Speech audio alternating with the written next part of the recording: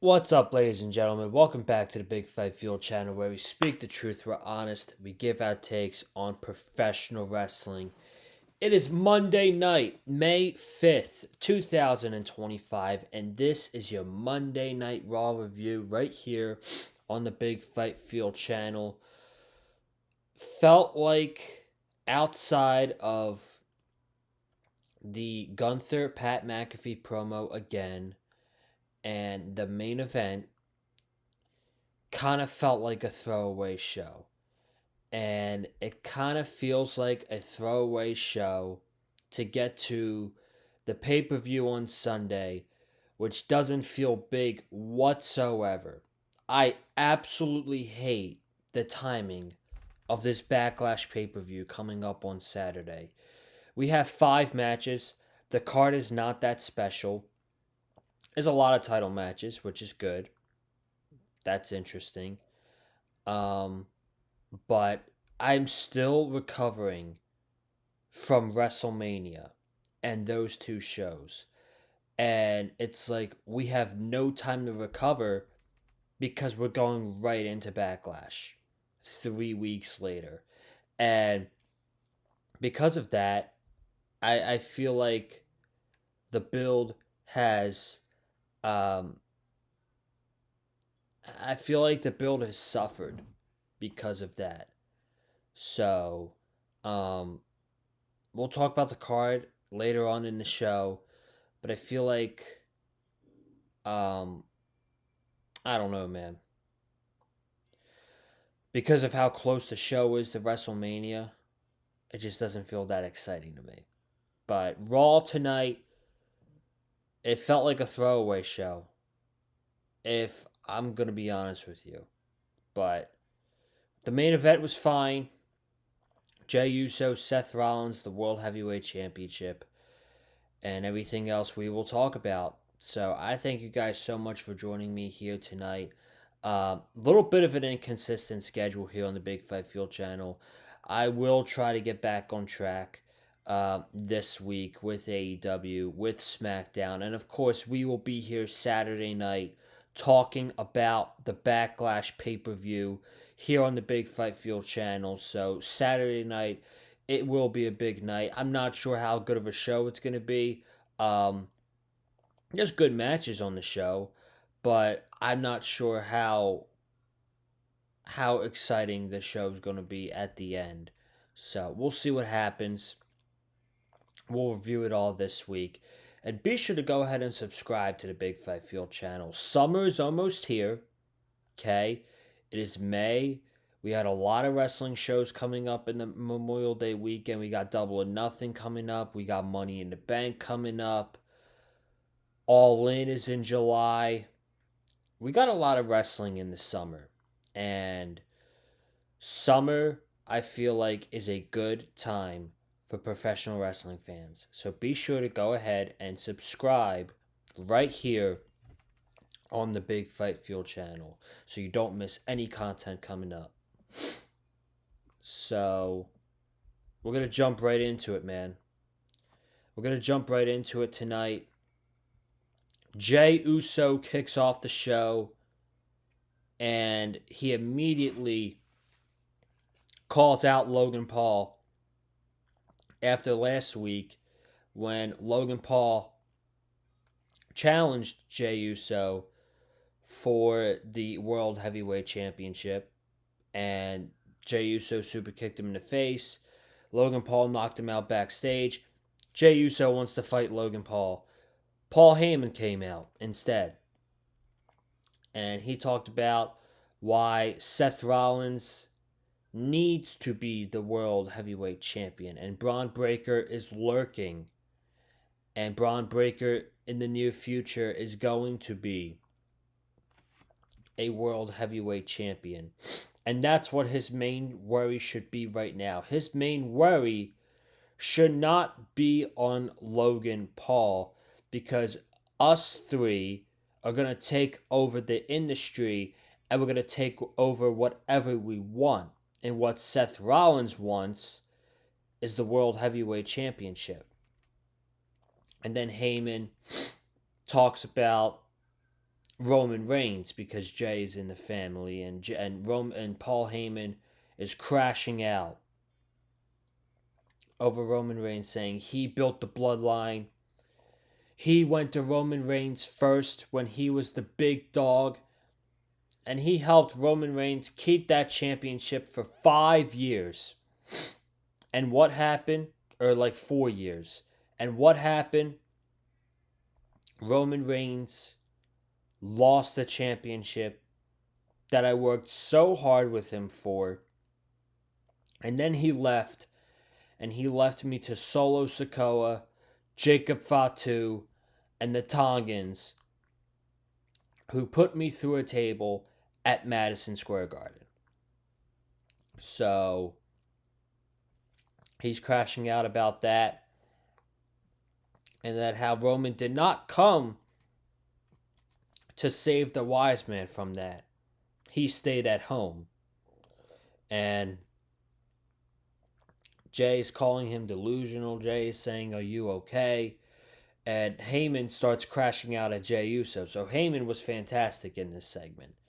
This was a bridge to get to the main event, as our main event tonight was Seth Rollins and Jey Uso for the World Heavyweight Championship. And I swear to God, I thought Jey Uso had a really good chance of losing the World Heavyweight Championship. But if that happened, that would have made me really upset, because he deserves to have a good quality reign as the World Heavyweight Champion. So we had our first match of the night. We had JD McDonough going one-on-one with Penta. Penta beats McDonough in 12 minutes after a Mexican Destroyer. Very fun match. Carlito and Finn Balor try to get involved on the outside. The referee kicks them out. And it's just JD and Penta. Like I said, Penta wins with the Mexican Destroyer in 12 minutes. Later on in the show, they reveal Penta is going to get another shot at the Intercontinental Championship against Dominic. So that is 3 shots at the Intercontinental Championship for Penta in the last 3 weeks. Maybe they pull the trigger with him on Saturday night. I don't know, though, because in this match, Chad Gable tried to get involved. And it is reported that Rey Mysterio did get surgery, and Rey Mysterio is out with a groin injury.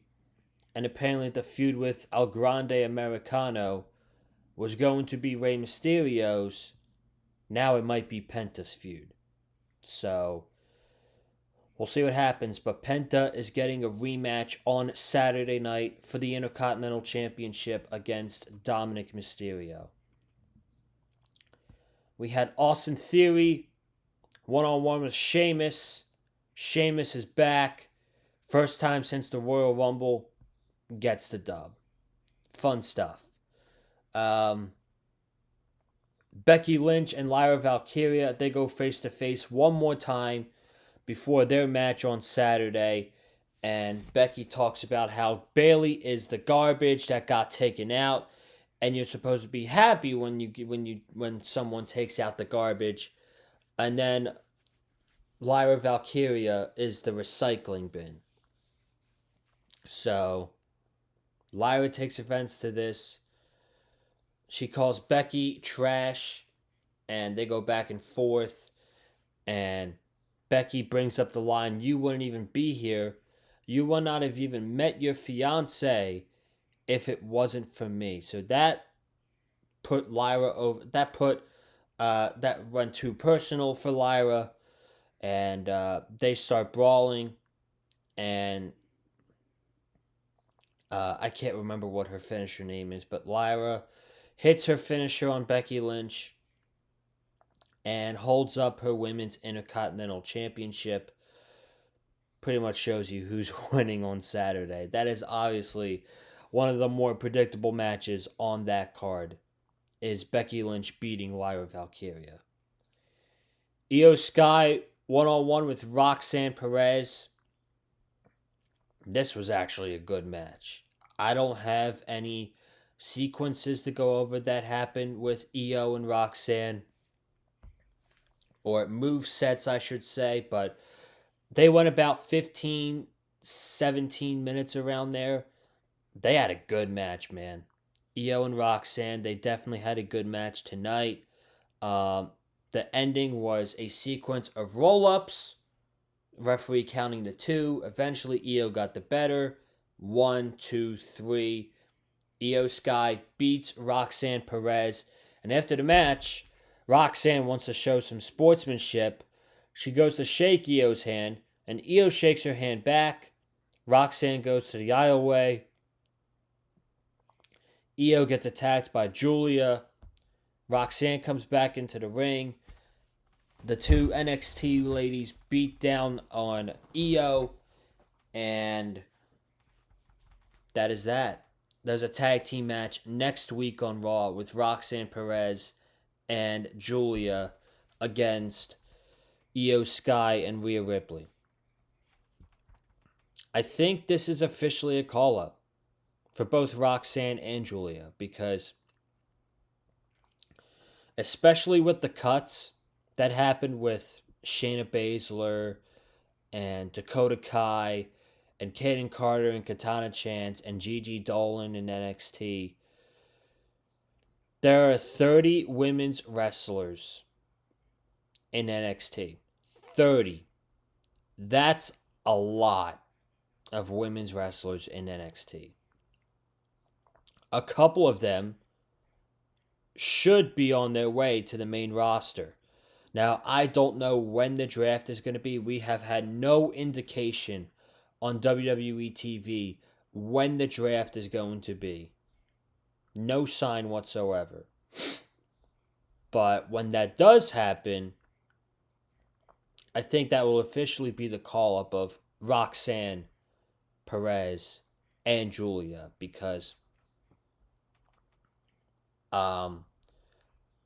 there are a lot of depth in the women's division down in NXT. Even if most of the wrestlers down there are green, there's a lot of women down there. It is crowded. Where on the main roster, there's no depth. And they need depth because they have people. They made mid-card titles for people like a Lyra Valkyria, like a Naomi. They did not make mid-card titles for people like Becky Lynch, who's already been at the mountaintop in the women's division in WWE, to hold a mid-card title. It should be people like Julia, who goes over and beats Lyra Valkyria. Not people like Becky Lynch, who doesn't need it at all. So, I actually look at it as a positive that we're seeing a lot of Roxanne and Julia on the main roster, because those women, they need to be on the main roster. They're too good to be in NXT. Stephanie Vaquer is another one. Jordan Grace is another one. There's no need to have them hindering in NXT. Send them up to the main roster. Let Jada Parker run the show in NXT for the near future in the women's division. Otis and Rusev. This is Rusev's first WWE match in 5 years. He kills Otis with the accolade. He doesn't let go. Tozawa threatens to fight him after the match. Rusev's like, I'm not going to waste his time. I'm not going to waste my time with this dork. But then he runs back in there, and he destroys Tozawa, power bombs him onto Otis, another accolade to Otis, and that's all she wrote. So, pretty impressive debut for Rusev on Raw tonight. Gunther and Pat McAfee go one-on-one on Saturday. Before that, tonight, though, they had some words for each other. McAfee, man, he's annoying. I hate him as a commentator. But goddamn, this Pat McAfee cuts a better promo than half the wrestlers on the main roster. And that's not an exaggeration. That's not me being dramatic. That's the absolute fact. Pat McAfee cuts a better promo than half the main roster talent on Raw and SmackDown. This was another good promo. He talks about the city of Omaha and how they're filled with loyalty and hardworking people. He talks about the Nebraska football team. He then goes into down the street is the College Baseball World Series, where it's been held since 1950. That's because of hard work and loyalty. And he says him and Gunther, they're alike in a lot of ways. They love professional wrestling. They grew up loving professional wrestling. They grew up wanting to be in the professional wrestling business because it was their passion. Because they wanted to put in the work. Because they wanted to be loyal to professional wrestling. But as time went on, this became more of a job to Gunther. Gunther's been a champion in the WWE for 80% of his time. And he got too comfortable. And then he lost. And he snapped. He took it out on his best friend, Michael Cole. And I had no choice but to step in there. And he says to Gunther, if I had faced the Gunther last year, I'd be terrified for my life. But the Gunther I'm facing on Saturday has crumbled when it mattered most against Sami Zayn and against Jey Uso. And on Saturday, you're going to crumble again because I'm going to expose you for what you are. This version of Gunther, you are soft. And I saw that and I heard that and I'm like, fucking A, McAfee. You should have not said that to Gunther.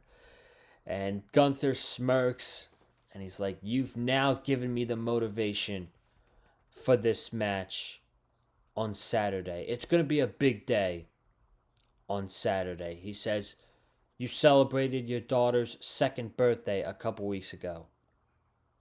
That's cute. I hope you got to spend some great quality time. Because your daughter on Saturday is going to watch you in pain, suffering, and I'm going to dog walk you. And I'm going to choke you out, and I'm going to let you go like you're a wet towel. So, Pat McAfee should not have called Gunther soft. I pretty much expect the match to be an absolute ass kicking, but the segments that we've had with the brawl on the Raw after Mania, the promo from Pat McAfee last week, this segment tonight, you could say it's been one of the better builds to the Backlash card with only 5 matches on there. So kudos to WWE and Triple H with the build to this one because personally, I've really enjoyed it. I've really enjoyed the build to this match. And the main event, Jey Uso got manipulated to putting the World Heavyweight Championship on the line tonight against Seth Rollins. And a lot of people on social media were like,